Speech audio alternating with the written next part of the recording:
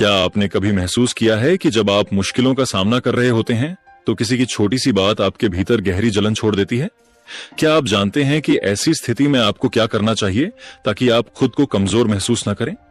क्या आप चाहते हैं कि आपके ऊपर किसी की कोई बात असर न करे और आप अपनी शांति और संयम को हमेशा बनाए रखें, चाहे परिस्थितियां कैसी भी हों? आज हम आपको स्टोइक दर्शन से 7 अमूल्य पाठ देंगे जो न केवल आपको बेइज्जती या आलोचना से बचने में मदद करेंगे, बल्कि आपको अपने अंदर की शक्ति को पहचानने और उसे बनाए रखने का तरीका भी सिखाएंगे। स्टोइक दर्शन सदियों से हमें यही सिखाता आया है कि शांति और संयम हमारे भीतर हैं और इनका प्रयोग करने से हम किसी भी परिस्थिति से उबर सकते हैं। तो चलिए इस परिवर्तनकारी यात्रा की शुरुआत करते हैं। एक आपकी प्रतिक्रिया ही वे चाहते हैं। हमेशा याद रखें कि जब लोग आपकी बेइज्जती करते हैं या आपको उकसाने की कोशिश करते हैं, उनका मुख्य उद्देश्य केवल आपकी प्रतिक्रिया देखना होता है। वे चाहते हैं कि आप गुस्से में आएं, जवाब में कुछ कहें ताकि उन्हें और मजा आए। पर सोचिए, अगर आप शांत रहते हुए जवाब दें तो क्या होगा? स्टोइक दर्शन हमें यह सिखाता है कि किसी की बातें हमारे मन और आत्मा पर असर नहीं डालनी चाहिए।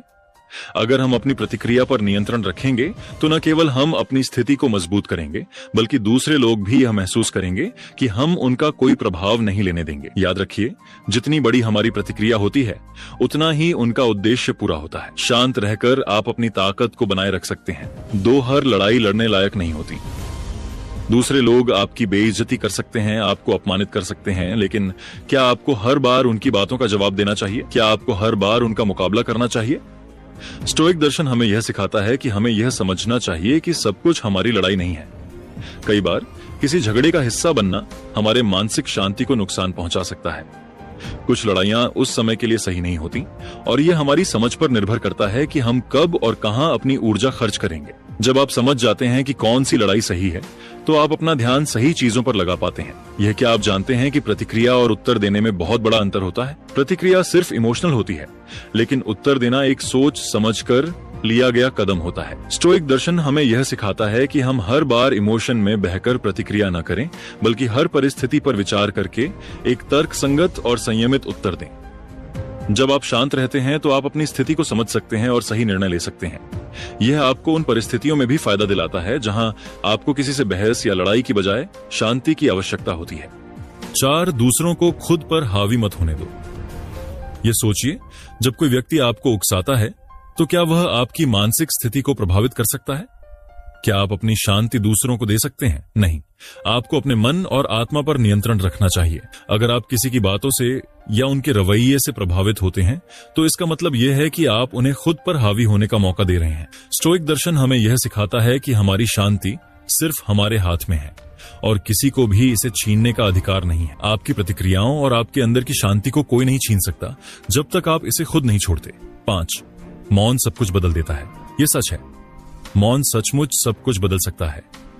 जब पूरी दुनिया शोर मचाती है तो शांत रहकर आप अपनी स्थिति को बिल्कुल बदल सकते हैं।